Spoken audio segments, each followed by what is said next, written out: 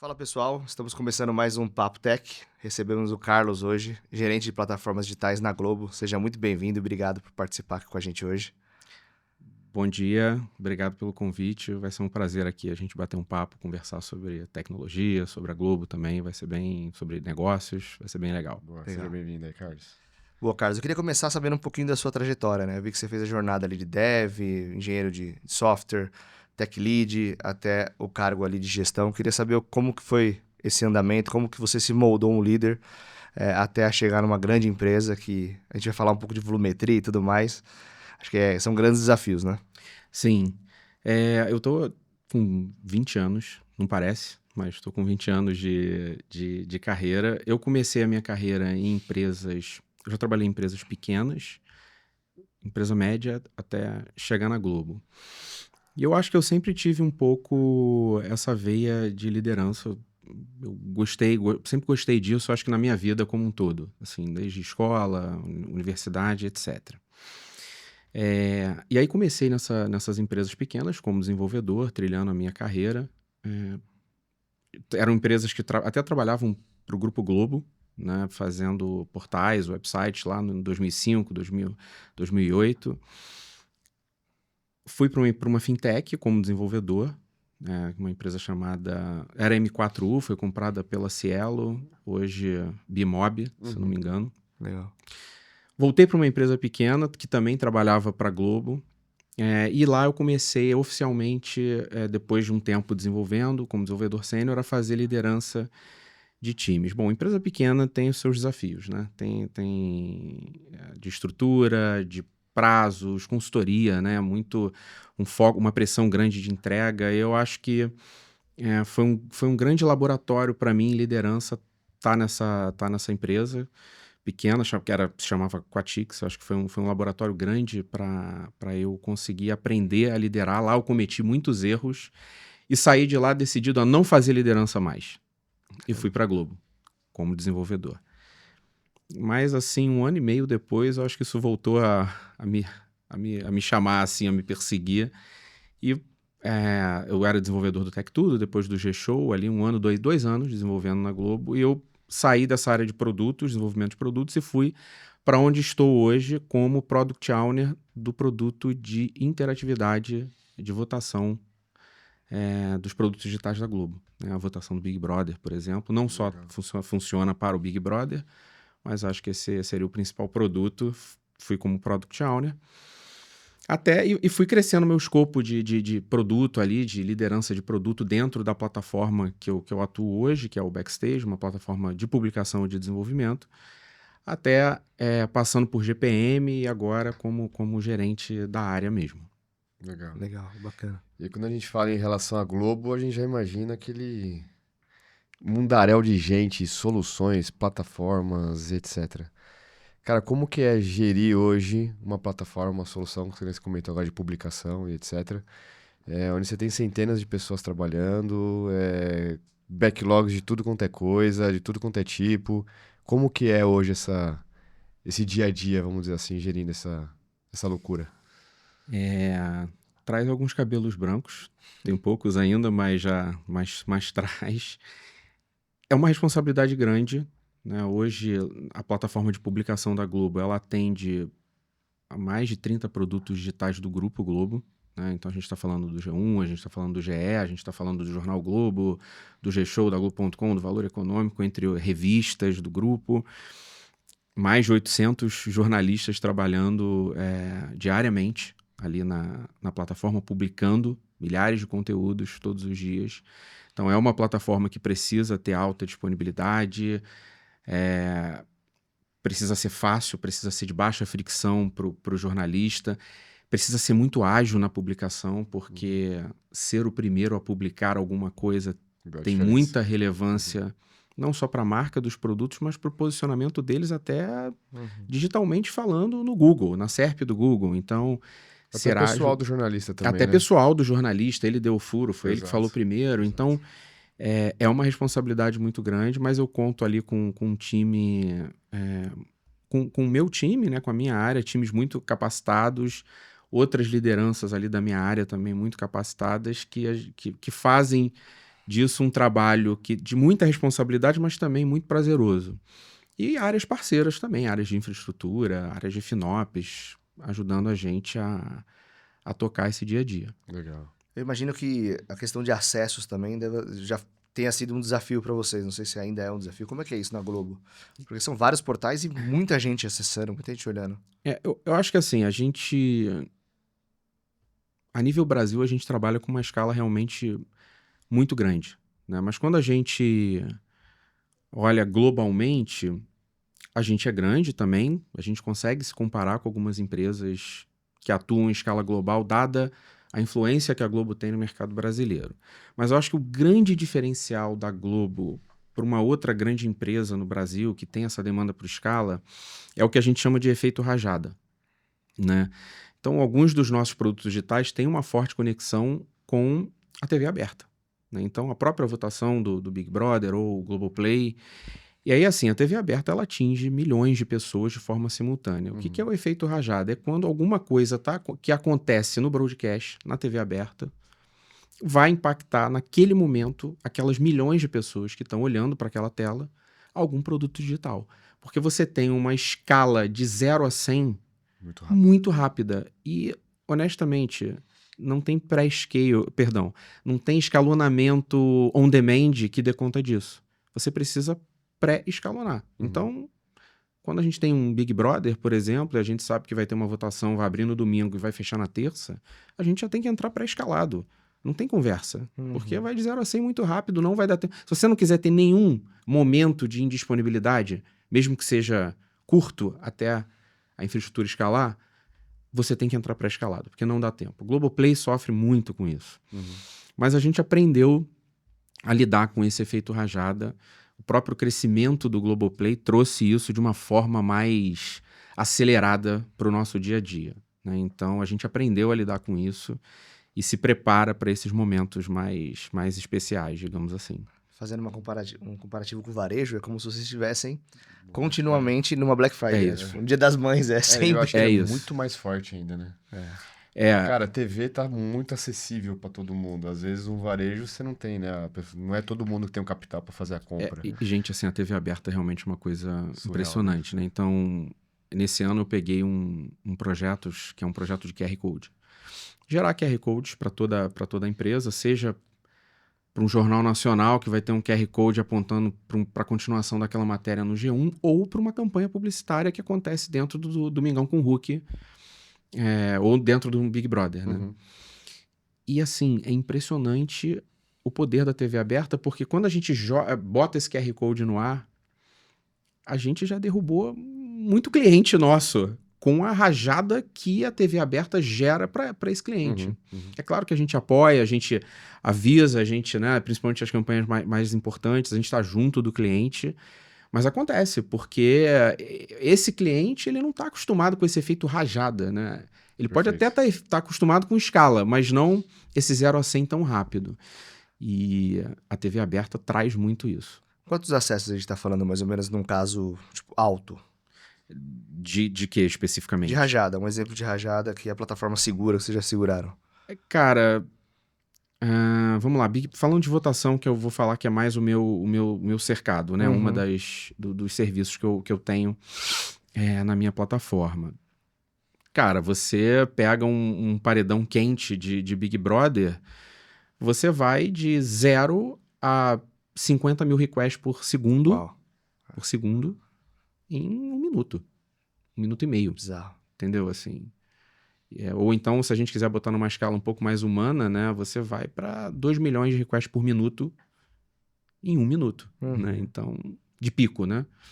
Ou então, e às vezes você, não, obviamente, não sustenta 2 milhões por muito tempo, mas sustenta 1 milhão, sustenta 800 mil por 20 minutos. 800 mil requisições por minuto batendo ali. Isso no caso da votação. Mas a gente tem outras plataformas gigantes na Globo, tipo plataforma de coleta de dados, recebe bilhões de eventos de comportamento de usuário por dia. Então, tudo é muito, assim, realmente. Ou seja, é maior do que a Black Friday, ele faz. Mano, isso é surreal. A Globo, ela é totalmente cloud hoje? A Globo é totalmente cloud hoje, grande parte em cloud pública, pelo menos falando do 100% digital.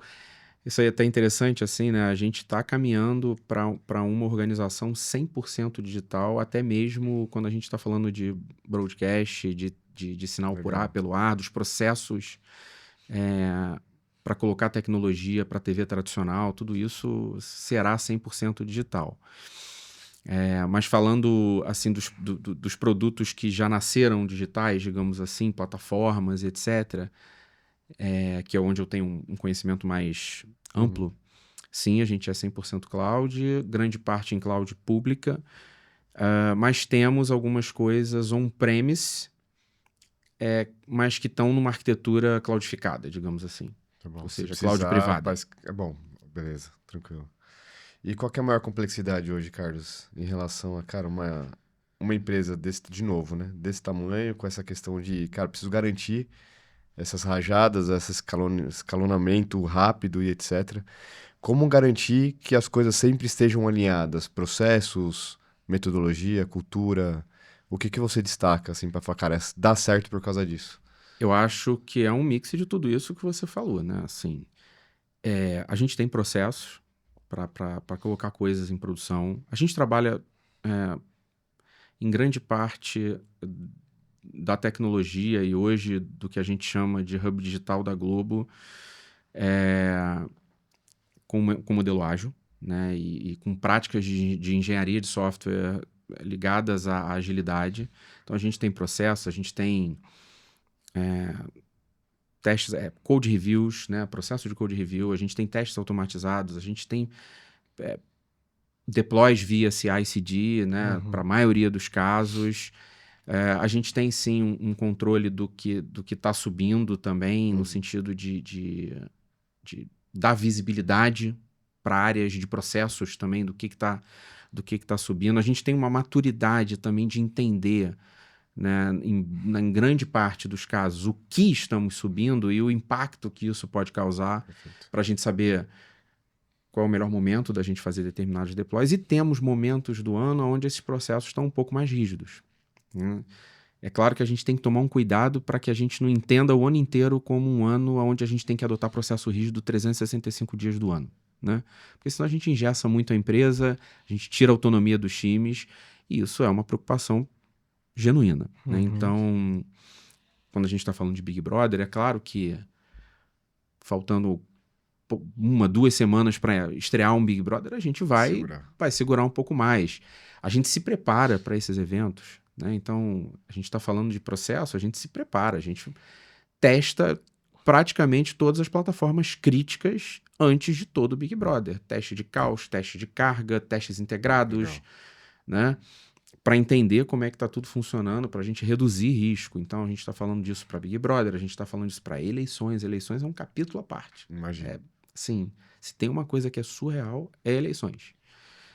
Copa do Mundo, então, em termos de escala, eu digo surreal em termos de escala, né? Então, a gente se prepara. Onde é que vem a cultura nisso, né? Bom, a cultura DevOps, a cultura desses processos de construção de software, né? Processos ágeis, e a cultura também de entender a importância do que a gente está fazendo para a companhia, para o negócio, né? Então, acho que esse bojo todo de processos, alguns que eu dei exemplo aqui, e de cultura, da gente entender aonde a gente está, o impacto do que a gente faz tem para a organização, e não só para a organização, mas para o Brasil. Eu acabei de falar de eleições aqui, né? Eu acho que todo esse bojo, todo esse conjunto, né, é o que ajuda a gente a reduzir risco. Não é a eliminar, a reduzir risco. E ter sucesso na maioria das nossas intenções. Às vezes, obviamente, temos problemas, mas a gente tem também processos para lidar com isso, né? Com os problemas também. Aproveitando, achei rapidinho um gancho. Fica à vontade. Qual foi o momento mais que você falou, agora lascou? Deu ruim. Porque imagine que o deu ruim, deve ser muito ruim. É porque de fato, né? Pro muita bom, escala, se você cara. conseguir escalar, ótimo, mas e aí, cara? Qual que foi o... Eu acho que, assim, o momento... Eu vou falar de um momento em que eu era Product Owner, Tá bom. tá? Esse foi realmente sinistro, assim, porque a gente falou de 2020, né? Em 2020, o Big Brother teve uma mudança de dinâmica do programa, que foi a entrada dos famosos de internet ou, sei lá, Camarote, galera do semi-famosos. camarote. É isso. Legal. Só que, assim, quem sabia disso era o Boninho e sua diretoria. Nem vocês sabiam. Não. Não, a gente se Interessante. preparou para um Big Brother para Padrão. 200 milhões de votos em todo o programa. Em 2020, a gente teve 4,5 bilhões de votos. Caraca. A gente não se preparou para isso. Definitivamente. A gente não se preparou para sair de uma escala de 200 milhões de votos num programa inteiro, numa edição, para 4,5 bilhões.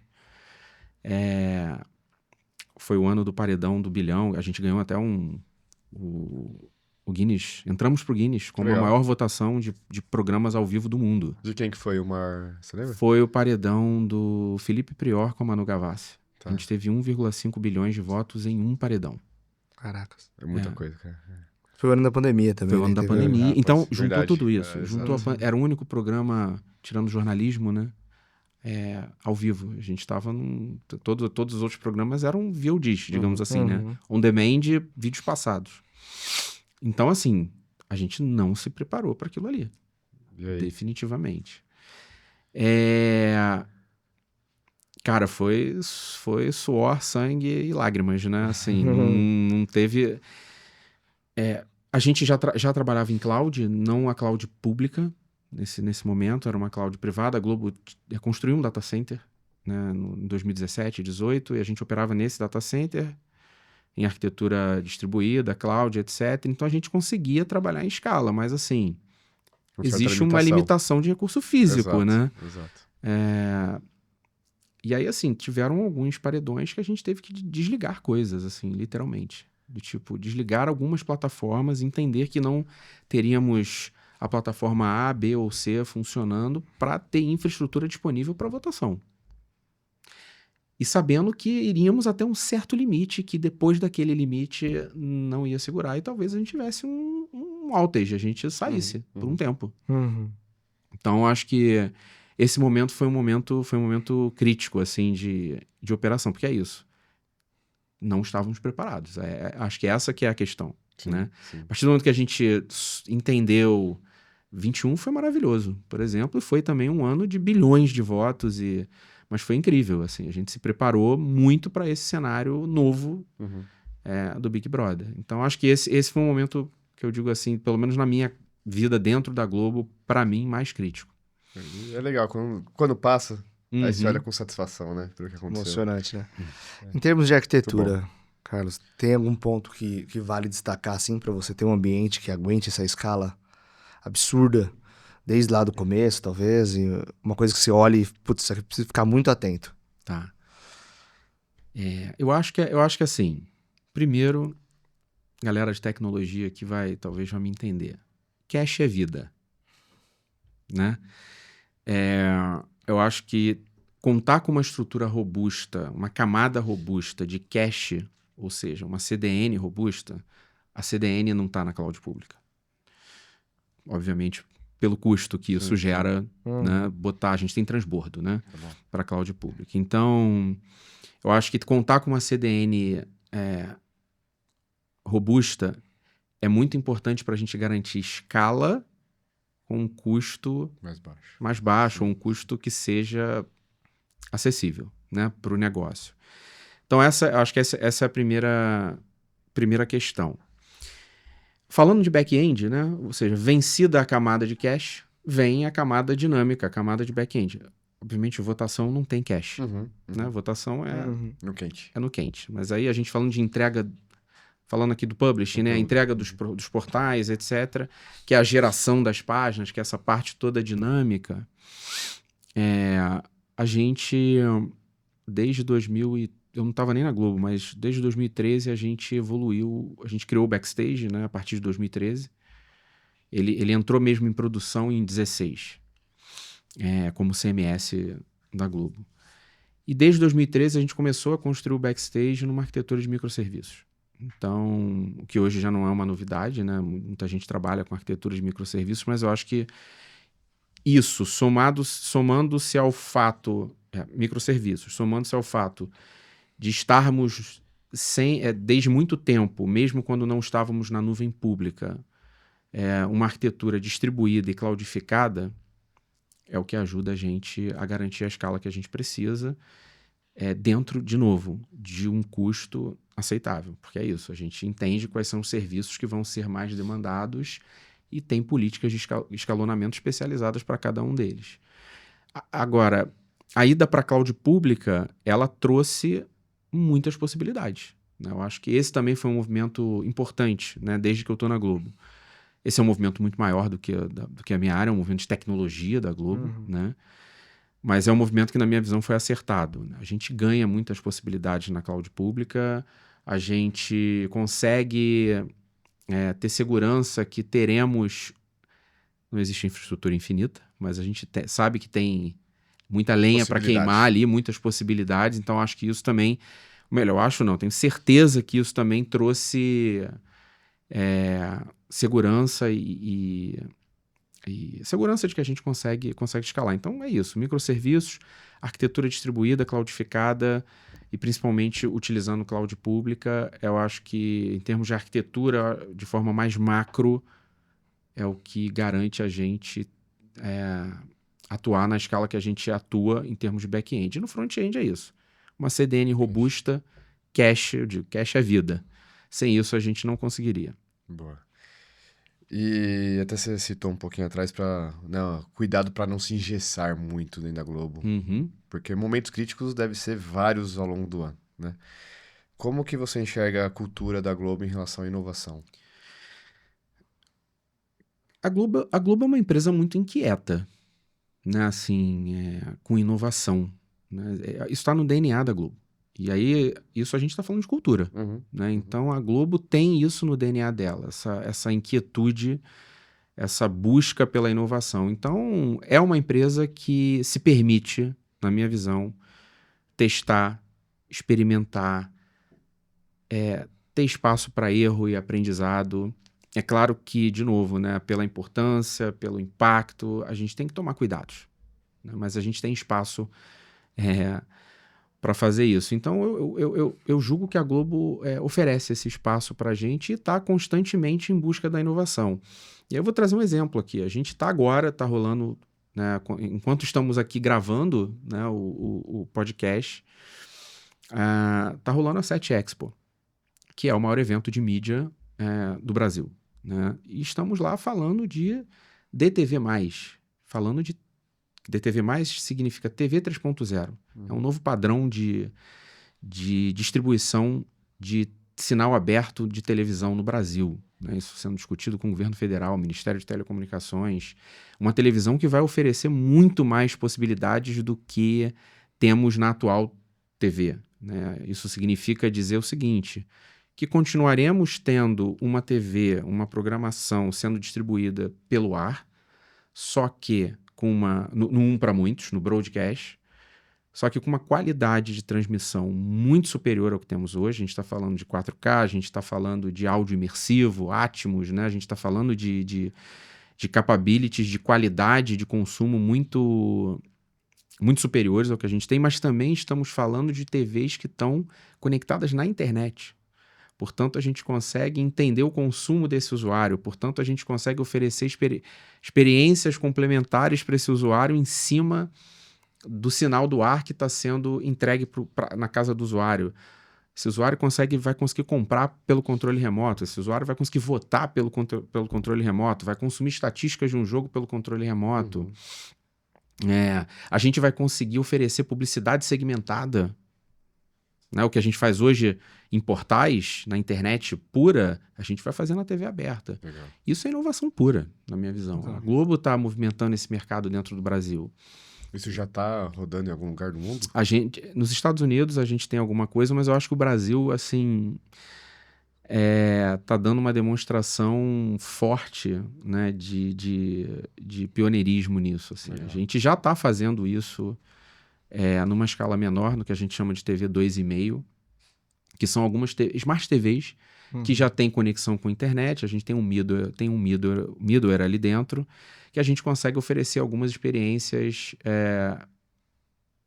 complementares. Né? Então, a gente já tem algumas televisões ali em que o usuário consegue votar pelo controle, consegue comprar pelo controle, enfim. Mas o endgame é a TV 3.0, é a mudança da indústria. Né? Então, isso envolve Coreia do Sul, com Samsung, com LG. Desde o dispositivo, isso. o físico e ao digital, né? E é isso, tudo isso. Né? E a Globo está movimentando esse mercado, e eu acho que a gente quer muito já ter aí na Copa do Mundo do ano que vem a possibilidade de fazer uma transmissão na TV 3.0 ou DTV+, começar isso e ir crescendo esse alcance, né? Porque é isso, é um movimento que demora, tem parque de televisões, os consumidores comprarem novas televisões, etc. Mas isso é inovação, para mim isso é inovação pura, né? Então, o próprio Globoplay ou os produtos digitais da Globo lá atrás, né? Assim, então, a Globo é uma empresa inquieta com inovação. Isso é muito bom. Legal. Quando a gente fala de inovação, acho que, assim, indiretamente a gente já liga a questão de validação, teste, erro, etc. Acho que eu tenho duas dúvidas sobre isso, né? Primeiro como vocês conseguem gerar MVP, se vocês têm essa cultura de MVP na Globo, porque, putz, eu lanço um negócio que é pequeno, mas rapidamente pode ser afetado por uma rajada ou pode impactar milhões de usuários. E como que vocês reagem a falhas, a incidentes, etc. Tudo isso? A gente tem cultura de MVP.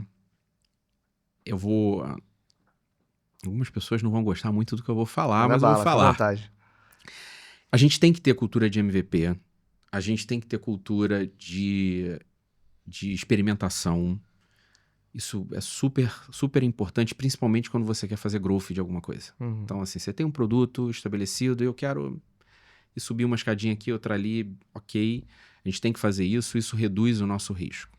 E a gente tem isso e a gente faz isso demais. Teste AB, lança MVP, faz teste AB para entender se esse MVP tem aderência, não tem, para fazer um investimento ali mais seguro. Quando a gente faz uma implantação de alguma coisa e eventualmente dá errado, em termos de tecnologia, né, a gente tem um problema, a gente tem uma cultura de fazer lições aprendidas ou post-mortem, para entender aonde a gente errou, onde a gente podia ser melhor, revisar nossos processos e aprender com aquele erro. Então, tá tudo certo. Fazemos isso. Mas o que eu quero trazer nessa questão do MVP é que aí é uma opinião, né? Eu não acredito em mudanças profundas através de MVP. O MVP é jogar na segurança. Né? O MVP ou o teste AB ou aquela mudança incremental é jogar na segurança. E tá tudo certo, de novo. A gente vai fazer isso na grande maioria dos casos. Mas quando a gente quer transformar mesmo alguma coisa, você tem uma dose de risco maior. Eu acho que você tem que tomar essa dose de risco, você tem que apostar mais e se arriscar mais. E aí, eventualmente, não vai ter um MVP. É tudo ou nada. É tudo ou nada. Você vai lançar um produto novo, você vai mudar completamente a forma de consumo daquele produto e, óbvio, vai metrificar, vai entender onde, né? Então, eu tenho só um pouco uma crítica, de novo, ao excesso de segurança que nós todos, inclusive esse que vos fala, joga muitas vezes. E aí, cara, como que a gente transforma fazendo um incremental o tempo todo? E eu acho que isso fica mais forte, né? É tudo ou nada quando você está falando de uma empresa que é líder de mercado. Isso se torna mais difícil acontecer, né? Porque o teu risco é maior, né? Por outro lado, assim, exato. Acho que sempre vai ter o trade-off ali de, cara, quero assumir risco, eu quero ter mais segurança, o que eu quero fazer? Quero me manter líder e para isso eu preciso tomar mais riscos. Às vezes também tem necessidades de você se posicionar mais rápido do que seu concorrente, e para isso, às vezes, você vai ter que jogar no risco maior. É isso. Cara, eu vou porque eu acredito nisso e é para lá que eu vou, mesmo que eu tenha que fazer incrementação depois, Uhum. correções ao longo da jornada, né? Mas eu acho que isso acaba ficando um pouco mais gritante, assim, essa questão do, cara, vamos logo pro jogo e vamos fazer acontecer, né? Eu acho que sim, eu acho que em muitos casos a gente tem que apostar. Eu acho que, assim, dados é uma disciplina extremamente relevante e tudo que a gente está fazendo, a gente tem que olhar para dados, né? Assim, eu não tenho eu não tenho a menor dúvida disso. Mas existe um pouco do feeling também, assim, de, cara, vamos mudar aqui, vamos fazer essa aposta aqui e tá disposto a tomar o risco. Porque o dado, ele vai sempre te dar o caminho mais seguro. Assim, vamos fazer um investimento ali, porque é ali que tem o problema, porque é ali que tem a oportunidade. Tá, mas vamos olhar para os dados de uma forma um pouco mais holística, um pouco mais ampla, e entender o seguinte: dentre as nossas fraquezas aqui e as nossas fortalezas, como é que a gente mantém as nossas fortalezas e mexe nas fraquezas, mas de uma forma mais ampla, e não nesse incremento assim, mínimo, né? Porque às vezes assim, cara, tá bom, eu vou mudar esse botão aqui, que é o botão, ou o campo aqui de autenticação, para eu botar o meu login dessa posição para aquela posição, para ver se eu tenho um lift de autenticações, por exemplo, de navegação logada. Tá bom, ok.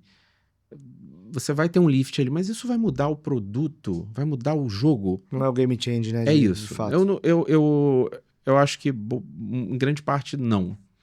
E aí, para ter game change quando você precisa, você vai ter que ter aposta. Uhum. Vai ter que ter risco. Claro que não é um risco pelo risco. Você vai analisar, vai olhar dados, mas vai ter uma dose de risco maior e você vai ter um all-in um pouco maior, digamos assim, né? Assim, uma dose importante de risco aí que você vai ter que tomar. E dentro da Globo hoje, você entende que tem esse apetite ao risco? Ou... Assim, a Globo é o que a gente estava conversando agora. A Globo ela é líder praticamente em todos os segmentos que ela atua. Isso não quer dizer que ela será líder para sempre, né? Então a gente tem que entender os movimentos de mercado, o que está acontecendo Perfeito. para a gente se antecipar e atuar. Numa empresa grande, isso é mais complexo. E principalmente uma empresa que é líder, né? É isso que eu tô falando. O risco se torna muito maior. Então, você vai pegar o G1 e vai falar assim, cara, eu vou mudar o G1 de A para B. Eu vou dar uma cambalhota, um duplo twist escarpado com o G1. Tá, mas pô, o G1 é líder de audiência. Não é tão simples, né? Não é tão simples. Eu entendo isso, mas eu acho que... aí tô falando de indústria mais, né? Assim, eu acho que a gente tem que perder um pouco esse medo e às vezes sair um pouco desse modelo super safe de growth de produto, né? Perfeito. Ricardo, sua área é uma área cross, Uhum. né, de plataformas perante a várias outras dentro da Globo. Como que é hoje essa interação com outros times, essa garantia de entrega de qualidade? Como que vocês... Cara, enxergam isso assim, hoje? não é fácil. Não é fácil porque são muitas áreas te demandando. E o interesse de todas elas é legítimo, né? Quem sou eu para julgar o que a área A, B ou C quer de plataforma e o porquê quer? Todos os interesses são legítimos, mas a gente não tem como atuar em todas essas frentes. Então a gente precisa ali entender o seguinte: o que tem mais fit com uma missão de áreas de plataforma? Quando a gente está falando de plataforma, a gente está falando de escala, a gente está falando de eficiência, assim, primeiramente. É uma habilitadora de tecnologia também, sem dúvida, mas para trazer escala e eficiência, porque senão não precisa ser uma plataforma. Né? Assim, eu não precisaria ter um CMS como plataforma se eu só atendesse o G1. Perfeito. O G1 ia ter o dele. E ele ia fazer tudo o que ele quer lá dentro, né? Então a plataforma existe para escala, existe no para muitos. Então a gente tem que, muitas vezes, retornar a esses princípios para entender quem e quando vamos atender, né? A gente trabalha por trimestre, né, lá na Globo. A gente tem processos de alinhamento, de quarter plannings, informais e formais depois, né? Tem as conversas informais para planejamento dos trimestres, do trimestre seguinte, e também os planejamentos formais. E aí é nessa hora que a gente tem que fazer esse julgamento e voltar a essa base, entender o seguinte, o que vai ser bom para a Globo. E aí a área de plataforma tem que fazer muito isso, porque às vezes o G1 ou o GE, ele está olhando para o P&L daquele produto. E, de novo, todos os interesses são legítimos. Mas quando você vai trazer isso para uma área de plataformas, eu não posso pensar no GE ou no G1, eu tenho que pensar na Globo, né? O que eu vou pegar aqui, priorizar aqui com esse cliente que vai ser bom para a Globo ou para a maior parte dos produtos que são clientes da minha plataforma. Então, esse é um ponto bem, bem importante e a gente faz isso trimestralmente. Apesar de ter um planejamento anual, esse planejamento anual, ele trimestralmente é revisto e eu posso te dizer que às vezes até num pace mais curto, né? Vocês usam um framework, alguma coisa de metas e objetivos, tipo um OKR, coisa do tipo? A Globo criou o seu próprio framework, que tem como base o SAFe, tá? Legal. A gente, na Globo.com, antes de todo o programa Uma Só Globo, onde Globo.com, Globosat, TV Globo e Som Livre, que já foi até vendida, né? Se juntaram. A gente sai de um modelo ágil. A Globo.com trabalhava no modelo ágil, mas uma empresa de 300, 400 pessoas. E aí essa Globo.com vira um hub digital de 1.200 pessoas que agora faz interface com uma Globo, com toda a Globo. Cara, como é que a gente escala o modelo ágil Globo.com, que era um modelo ágil mais ágil 100% ali, para um modelo de agilidade em escala. E aí o SAFe foi a base, mas a Globo não foi sem all-in no SAFe. Ela usou o SAFe como base para criar o seu próprio framework, que tem, como eu disse aqui, o SAFe como base, né? E aí a gente tem essas reuniões de planejamento, a gente tem as value streams, a gente tem as áreas de plataformas, trimestral e negócios, né? As value streams, elas são o negócio e a tecnologia para o negócio diretamente, e tem as plataformas e infraestrutura embaixo.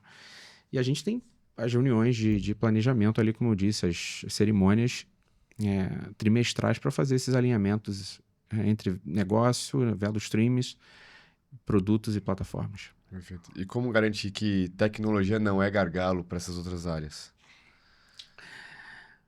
Eu acho que tá próximo do negócio, né? Eu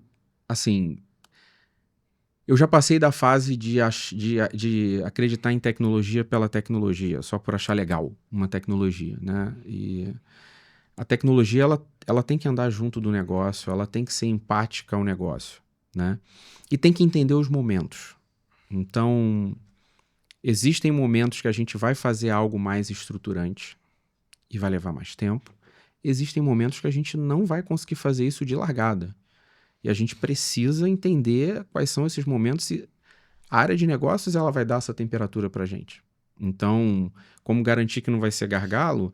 É a gente entendendo que, cara, tem uma oportunidade de negócio que é muito relevante para a empresa e, cara, a gente vai ter que fazer uma entrega de um MVP, algo que não está ultra plataformizado, mas a gente vai atender no tempo. E aí depois, agora temos que dar uma parada e temos que voltar aqui, temos que voltar para a prancheta aqui para poder fazer o negócio direito, plataformizar. Isso aconteceu com o DTV+, por exemplo.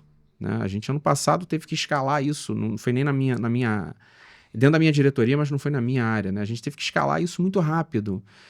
Cara, testar, criar, entender hábito de consumo, né? Ainda na TV 2,5, para poder construir a TV 3.0, o DTV+, mesmo, que é o endgame. E aí, assim... a gente não tinha muito tempo para fazer as coisas assim no estado da arte. Então você vai, bota no ar, entende, teste, e agora a gente está fazendo um negócio de maneira mais estruturada. Então essa empatia e estar próximo, a tecnologia próxima ao negócio e servindo ao negócio, eu acho que é assim que a gente garante que tecnologia não vai ser gargalo. Hoje, por curiosidade, hoje a área de tecnologia da Globo, ela está remota, híbrido, como que vocês estão atuando? Falando de forma mais ampla de tecnologia, tem pessoas que são 100% presenciais, dada a natureza do trabalho, mas assim, via de regra, híbrido. Então, temos pessoas remotas e pessoas que vão ao escritório algumas vezes no mês. Legal. Isso não era o modelo antes da pandemia. Antes da pandemia era 100% 100% presencial. Legal. Tudo no Rio, né? Não. A gente tem... A maior parte da tecnologia está no Rio, mas a gente tem aqui em São Paulo também. Legal. Temos em Porto Alegre, um escritório bem pequenininho. A gente tem um convênio com a PUC de Porto Alegre, tem várias empresas que estão ali dentro do polo tecnológico ali. A Globo tem um escritório ali em Porto Alegre. Temos em Recife, Brasília e Belo Horizonte. Isso fora as parcerias, né? Fora as parcerias, Que aí entra nesse hub todo ou tá, não? Aí são cada um a sua Parcerias de parte. tecnologia que você está falando? Cara, bom, você vê lá, por exemplo, Campinas, você tem a rede de Campinas, IPTV, Ah, Você tá. tem São da essas rede de coisas. afiliados. as filiadas. Não, isso. as afiliadas, elas têm o seu próprio... A parte, A parte, né? Tem a sua própria... É claro que existe um... uma conexão ali. A gente tem uma diretoria de afiliadas na Globo para poder lidar com todas as afiliadas. Boa parte da programação que vai ao ar nas afiliadas é da Globo, Uhum. mas elas têm vida própria, são empresas autônomas. Você só tem a conexão em determinados momentos com Isso. elas, conteúdos. Isso. É mas claro que a cada um gente segue busca sua- ali algumas sinergias, busca trazer eficiência para as afiliadas também, né? Com uma coisa que a gente tem aqui na Globo, possa ampliar para eles num custo às vezes mais interessante, para aproveitar o tamanho da Globo e ajudar também. Mas assim, elas são empresas autônomas e têm as suas próprias Perfeito. decisões. Perfeito. Legal. Tem as Cara- suas próprias áreas de tecnologia também, enfim. Legal. Pô, são empresas autônomas de Isso. fato. São outros CNPJs. E falando de IA, a gente estava conversando um pouquinho fora do ar. Na área de comunicação, acho que tem vários aspectos que vão ser impactados, já estão sendo. Tem oportunidades, tem desafios, né? Tem ameaças. Como é que vocês estão enxergando a chegada da inteligência artificial como um todo? Tá. Acho que a inteligência artificial não adianta negar. Primeira coisa é isso, né? A gente é o famoso, vamos aceitar que dói menos, assim, ela veio, ela vai ficar, ainda há um grau de incerteza, aí também isso é no campo da minha opinião, um grau de incerteza muito grande do que será quando isso estiver mais estável e mais ongoing nos processos, mas ela vai mexer nos processos da vida do ser humano como um todo, não só profissionalmente falando, né? Então, a gente na Globo entendeu isso, entende isso. A gente tem um programa de IA robusto, com investimento grande, tanto para produção de conteúdo. E aí, quando eu falo de produção de conteúdo, produção de conteúdo digital, mas também produção de conteúdo... Quando eu digo digital, produção de conteúdo que vai ao ar nos produtos 100% digitais. Mas produção mesmo de obras também. A gente está falando de produção de novelas, produção de séries, com apoio de inteligência artificial, produção jornalística que vai ao ar na TV Globo ou na Globo News, também sendo apoiado por inteligência artificial. Já está rolando isso. Já está rolando isso, né? A gente está no meio do programa, temos Uhum. algumas coisas em teste, algumas coisas já rodando. Legal. E existe um programa de aceleração para desenvolvimento também. E aí, quando a gente fala de aceleração para desenvolvimento, não é só o desenvolvedor, é toda a cadeia de engenharia de software. Uhum. Então, a gente está falando de PO, a gente está falando de user experience, a gente designer, qualidade e desenvolvimento, né? Então, a gente tem essas duas frentes acontecendo com investimento na Globo para isso. E assim, não sei se a gente vai chegar nessa pergunta, mas assim, falando de aprendizados, né? Acho que a gente está aprendendo, né? Então, a gente às vezes vai falando aqui de, por exemplo, IA para desenvolvimento, né? A gente vai muito na linha de... Acho que IA em geral a gente fala de eficiência, mas eu vou pegar o exemplo aqui de IA para desenvolvimento, a gente está falando de lead time, né? Tempo para você entregar uma feature em produção desde o seu nascedouro, da ideia até a entrega final, né? A gente ainda não conseguiu ver esse impacto em lead time, por exemplo, né? Isso significa que não haverá impacto em lead time? De forma nenhuma. mas não é tão fácil fazer essa correlação. Então, acho que existe a gente também estava falando isso fora do ar, né? Assim, um marketing, né? De fato, muito grande, de que eu usei inteligência artificial aqui, eu consegui ter 30% de ganho de performance, etc. Eu olho com um pouco de desconfiança, tá? Porque ainda estamos numa fase de aprendizado. Mas é claro que a gente vai olhar para eficiência, mas eu acho que eficiência não pode ser a métrica, a métrica que a gente deveria estar olhando agora com um foco maior. Acho que existem outras coisas que a gente pode olhar. Qualidade é uma delas. Acho que a IA pode trazer muita qualidade para os nossos processos. E desenvolvimento, inclusive. Quando eu digo, além de qualidade, eu acho que criatividade também. A gente pode trazer novas perspectivas de fazer alguma coisa que a gente faria de uma forma A, e a inteligência artificial vai te apresentar uma outra forma de fazer aquela coisa. Um aprendizado. Um aprendizado, tanto desenvolvimento, produção de conteúdo, por exemplo. Vou dar um exemplo aqui de produção de conteúdo. Você está escrevendo uma matéria sobre a eleição do Papa, por exemplo, para o G1. Você vai escrever lá, tal, como é o processo, como se deu, quantos votos teve, ok. Que novas perspectivas essa história da eleição do Papa pode ter? Isso pode se desdobrar em quê? Eu vou ter uma opinião, você vai ter outra, e a IA pode trazer uma terceira que a gente não estava aqui avaliando, e essa terceira, ela pode te dizer, inclusive, o seguinte: tem uma chance maior disso aqui dar certo, em termos de conversão, engajamento. A IA pode trazer essas novas perspectivas de fazer alguma coisa, né? Então, acho que qualidade, essa criatividade, ampliar um pouco mais o teu horizonte. Mas sim, a gente vai chegar em eficiência em algum momento. E pode criticar também, né? A IA como Criticar, isso. Com potência crítica, assim. Culturalmente, o que você está enxergando, assim, das pessoas quando o termo é IA? Você está vendo uma resistência maior? A galera está se acostumando? Tem uma área que está sendo mais... Já foi maior. Legal. A gente tá falando de IA na Globo já talvez mais de 2 anos. Inicialmente existia, assim, uma resistência grande. E natural. Existia resistência. E faz parte do processo de quem está implantando essas coisas numa organização ser empático a isso. Entender que as coisas talvez elas não aconteçam tão rapidamente como você gostaria. Ou como a empresa até imaginou, né? As coisas vão acontecer de uma forma um pouco mais devagar, essa introdução ela vai precisar ser um pouco mais orgânica, as pessoas vão precisar também se transformar para trabalhar junto da IA, né? Seja um desenvolvedor, seja um PO, seja um jornalista, um produtor de conteúdo. Então, hoje eu acho que essa resistência é menor, mas ela já foi maior, sem dúvida. A Globo tem alguma linha de letramento, de formação, Tem. alguma coisa do tipo pra galera interna?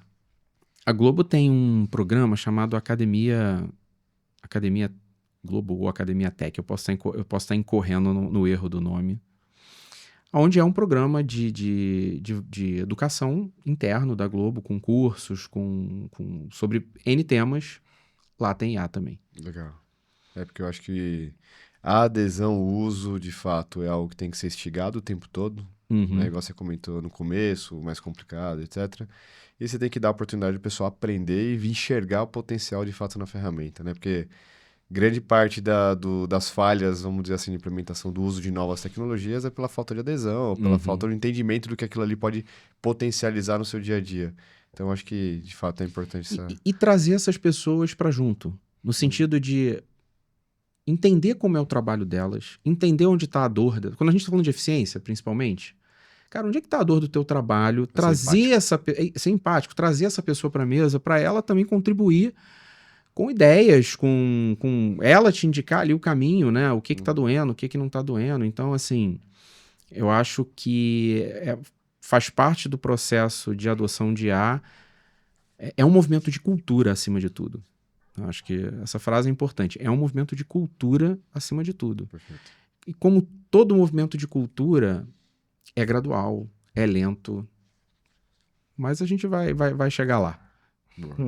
Legal. Tem algumas rupturas no meio do caminho, né? Que eu acho que Tem.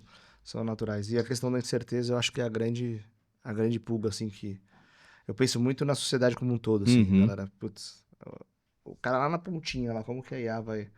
É algo que ele não vê, que ele não imagina, não sabe o que tá falando e tá falando. Então, tem gente falando que vai tomar o serviço dele, vai tomar o emprego. Tem a questão do medo, assim. Acho que isso é bem impactante. Você ia falar uma coisa? Deixa eu aproveitar pra tossir. Uhum. Não, tranquilo. Cara, decisões impopulares. Eu acho que Uhum. na cadeira que você ocupa hoje, é difícil agradar todo mundo e você tem que tomar algumas decisões duras. Tem alguma decisão impopular que você possa compartilhar, assim, que um líder de tecnologia tenha que ouvir? Que ele tenha que ouvir ou que ele tenha Ele tem que... que ouvir, porque na cadeira dele ele vai ter que tomar também. Porque o líder não. Assim, a gente tem a imagem do líder como. Nem tudo são flores, né? Claro que não. A gente sabe que tem muito mais porrada do que carinho, muitas vezes. E no tamanho da escala do que você cuida hoje, tem muito risco. A gente falou várias vezes aqui, né? Uhum. Durante o episódio. E eu acho que você teve que ser duro muitas vezes. Como Sim. que é isso pra você? Tá. Eu vou dar exemplo Uhum. posteriormente aqui de decisões impopulares, que eventualmente nem são minhas, mas eu preciso comunicá-las. Uhum. Mas antes de falar disso, acho que a gente tem que falar sobre liderança, né? E eu não tenho problema em tomar decisões difíceis ou comunicar decisões impopulares, porque eu confio que eu estou sendo um líder para o meu time. Pode ser que eu, aqui de novo, né? Vou falar ali olhando para a câmera, que eu esteja incorrendo em algum erro e meu time vá me desmentir. Mas existe uma diferença entre eu vou ser clichê também, né? Entre ser chefe e líder. E eu tento ser todos os dias um líder. E a diferença básica é inspiração e confiança. Eu tento ser inspiracional, eu tento desafiar o meu time, eu tento todos os dias, ou então trazer pessoas que possam para a área, que possam inspirar outras pessoas que fazem parte da área. Eu tento ajudar, eu tento dar exemplo, né? Liderar também pelo exemplo, Uhum. para ser um líder de forma genuína. É o que eu tento fazer. Isso me dá confiança e segurança de que eu posso tomar algumas decisões impopulares e eu não vou controlar se as pessoas vão ficar tristes ou não. E elas podem ficar tristes ou não gostar da decisão, mas elas vão entender. Elas vão Legal. entender porque elas confiam que essa decisão, ela pode ser uma decisão que aparentemente não é tão boa agora, mas ela vai ser melhor para o grupo a médio e longo prazo. Então, eu acho que a chave está aí, em você fazer liderança de forma genuína, ser um líder mesmo, eu acho que e conquistar a confiança das pessoas, eu acho que você consegue tomar decisões impopulares e difíceis de uma maneira mais tranquila, por mais difíceis que elas possam ser. E aí, falando de exemplo, né? A Globo, ela tá no híbrido e recentemente a gente teve que fazer um enforcement maior para que as pessoas de uma parte, né, da empresa ali fossem mais ao escritório, né? Foi uma questão da empresa como um todo, muito maior do que a minha área, a área de tecnologia, da Globo como um todo. E essa decisão, ela, enfim, Doeu. Essa é clássica, né? essa Galera? doeu muito. E a gente tem um processo que eu acho que é muito, muito positivo na Globo, que a gente faz pesquisas de engajamento e cultura 2 vezes por ano. Legal. E eu acho isso, assim, Muito bom. é muito bom, é importante pra gente entender. Direciona, né? Isso, direciona muito as ações. Pô, mas a galera castigou. Bateu. A galera castigou, pô, foi mal criada na pesquisa, até porque eles gostam muito da área, mas assim, eles castigaram, né, na pesquisa. E aí, assim, eu fui obrigado a ter uma conversa dura com eles. Não para que eles não se posicionem, mas para que eles usem a pesquisa de uma forma madura, né? A gente não tá ali para aquilo ser, sei lá, a nossa mãe para reclamar, entendeu? Aquilo ali é uma ferramenta corporativa poderosa, importante, que a gente tem que levar a sério e tem que trazer os pontos de uma forma madura. E essa conversa foi dura, mas eu acho assim, Foi dura para mim também ter com todo mundo. Uhum. Mas ela foi transparente, ela foi dura, ela foi transparente, ela foi transparente, realmente muito cristalina. E assim, eu não pesei muito as palavras para ninguém, seja para um super dev, Uhum. um principal, um staff engineer, ou um desenvolvedor júnior, ou um coordenador, ou um gerente. A mensagem foi a mesma para todo mundo. E assim, eu acho que funcionou bastante, tá?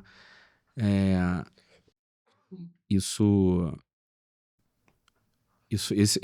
foi um exemplo de, por exemplo, uma conversa difícil que eu acho que eu, como líder, me senti, por mais difícil que fosse, confortável em ter ela com o meu time. E foi muito boa para mim e eu acho que para a área também. Cara, é necessário. Acho que esse exemplo é muito bom, porque muitas empresas vêm passando pelo mesmo cenário, assim. Putz, tem momentos que eu preciso da galera no escritório, eu preciso da galera frente a frente ali. E eu acho que, putz, esse assunto liderança, ele é muito necessário. Uhum. Né? Principalmente, de novo, né? Quando a gente fala de cadeiras de tecnologia, porque a gente vem em verticais muito técnicas, a gente fala muito de tecnologia, e aí acho que falta aquela perna de liderar pessoas, cuidar de pessoas, etc. Acho que é legal ver líderes de tecnologia falando sobre liderança. Ainda dentro desse tema, tem alguma literatura que você acompanhe sobre liderança? Tem uma linha? O que você segue mais quando o assunto é liderança, cuidar de pessoas? Enfim, Bons exemplos boa. dentro da própria Globo. Eu acho que quando eu falei lá no início, assim, um pouquinho da minha carreira, que eu falei que eu fiz liderança antes de entrar pra Globo e aí Não quero mais. não quero mais, vou voltar a ser dev, porra não é pra mim e tal, beleza. Eu acho que eu não era um líder de tecnologia naquele momento, né? Eu era alguém que estava ali tocando barco, Uhum. né? Fazendo as entregas mas de novo, a realidade em que eu me encontrava, ela não favorecia muito, mas eu não me apego muito a isso não. Eu acho que Uhum. você tá lá porque você quer e, enfim, você tem que... Foi um processo, Foi um né? processo. Foi um amadurecimento e tal. Então, assim, eu não fazia... Eu cheguei à conclusão mais tarde, né, que eu não fazia liderança naquele momento. Eu tocava o barco, entendia as demandas, você aqui vai fazer isso aqui, você aquilo ali e tal. Quase um gestor de projeto. Um hub e um Bom. gerente de projeto, né? Perfeito. Tem uma dose de liderança ali, mas eu acho que não era uma liderança como eu acredito hoje. Fui para a Globo como desenvolvedor. Isso foi super importante para mim, para eu entender como era, digamos assim, o chão de fábrica da empresa, assim, como é que as coisas funcionavam dentro da Globo, né? E eu pude observar muitas lideranças boas ao longo da minha trajetória e ter isso como exemplo, né? Ter isso como exemplo. Agora, claro, fiz cursos de liderança, cursos de comunicação. Eu fiz recentemente, no 2022, um MBA executivo que tinha muitas cadeiras de liderança. Legal. E isso me ajudou a... Tem alguns TED Talks também ótimos sobre liderança. Eu não vou me lembrar aqui alguns nomes, mas eu já vi vários. Um que fala, curtíssimo, que fala sobre confiança. A questão... E mais que a confiança, como é retomada de confiança. Você é um líder que perdeu a confiança de alguém do teu time. Como é que você faz para recobrar aquela confiança, né? É um TED isso? Um TED Talk. Vou te perguntar lá. Eu consigo pegar lá para você. Legal. Então, eu acho que esses exemplos, e claro, estudar um pouquinho ali a academia, né? Me ajudaram a me transformar num líder melhor. Eu acho que hoje eu sou um líder melhor e eu também pude aprender com os erros. É isso. Eu pude revisitar na minha cabeça como é que eu fazia liderança, não hoje, mas há 10 anos atrás. Bacana. E aí eu vejo a quantidade de merda que eu fiz, entendeu? Assim, sendo bem muito transparente. Bom, muito bom. E hoje eu já, quando me tornei líder na Globo, foi... Obviamente o ambiente da Globo também favorece, né? Uma empresa estruturada, tudo isso, me dá todo o apoio né? Um RH forte e tudo mais. Então, isso também facilitou. Sem dúvida, um aprendizado contínuo ainda, né? Ah, com certeza. Eu ainda cometo erros e vou cometer a minha vida inteira. Natural. Mas, assim, eu acho que hoje eu acerto mais, honestamente, do que erro nas decisões. E não só decisões, às vezes até no approach de tratar algum tema que eu possa estar entrando demais, não deveria. Isso acontece em algumas oportunidades. Por isso que pra mim a confiança é a chave do negócio em relação ao time, né? Porque uma vez que você tem essa confiança, o time entende que, cara, o movimento que você tá fazendo é um movimento para o bem de todos, Uhum. etc. O errar é natural, todo mundo vai entender. Lógico, tem seus limites, né? Sim. Mas eu acho que as coisas acontecem de uma forma muito mais fluida, muito mais aceitável, né? E, poxa, ele errou, mas vamos lá, tamo junto, vamos fazer acontecer, etc. Acho que tá um É negócio isso, legal. as pessoas. Porque isso também foi uma chavinha que virou em mim, tá? Uhum. Eu era muito pragmático. Eu sou pragmático, eu sou uma pessoa pragmática, isso não mudou, mas eu era extremamente pragmático, né? Então, cara, ó, tem que fazer esse copo aqui, esse cara aqui, aquele ali e tal, aquela menina ali, eles são os melhores pra fazer o copo, junta aí e entrega o copo daqui a tanto tempo. Beleza. Mas não é só sobre isso, né? Você tem que motivar as pessoas, você tem uma série de outros... O ser humano é complexo. É muito né? mais complexo do que tecnologia, inclusive. Do que a tecnologia. Muito mais, muito mais. A parte mais complexa é o ser humano, né? Uhum. Então, eu entendi que muitas vezes você vai pedir para uma pessoa fazer esse copo aqui e ela não vai curtir. Pô, não queria fazer esse copo, cara. Eu quero construir esse microfone aqui. Uhum. É muito mais maneiro e tal. Não quero copo. Mas, cara, se ela te vê como uma liderança, assim, ela vai fazer bem e ela vai fazer por você também. Então tem um pouco de pessoalidade nisso, sabe? Uhum. Que essa chavinha virou pra mim. Às vezes as pessoas vão fazer alguma coisa porque é você que tá pedindo, entendeu? Então, eu não tinha muito essa consciência. Pra mim, assim, todo mundo trabalha pra empresa. Porra, vamos construir esse copo aqui e vai daí, porque no final do mês tu tem que ganhar teu salário e tu vai ter que fazer isso pra ganhar teu salário. Tem isso, é claro que tem isso. Mas muitas vezes a pessoa vai fazer e vai fazer melhor porque ela tá fazendo por você, que é o líder dela, que ela confia, que ela se inspira.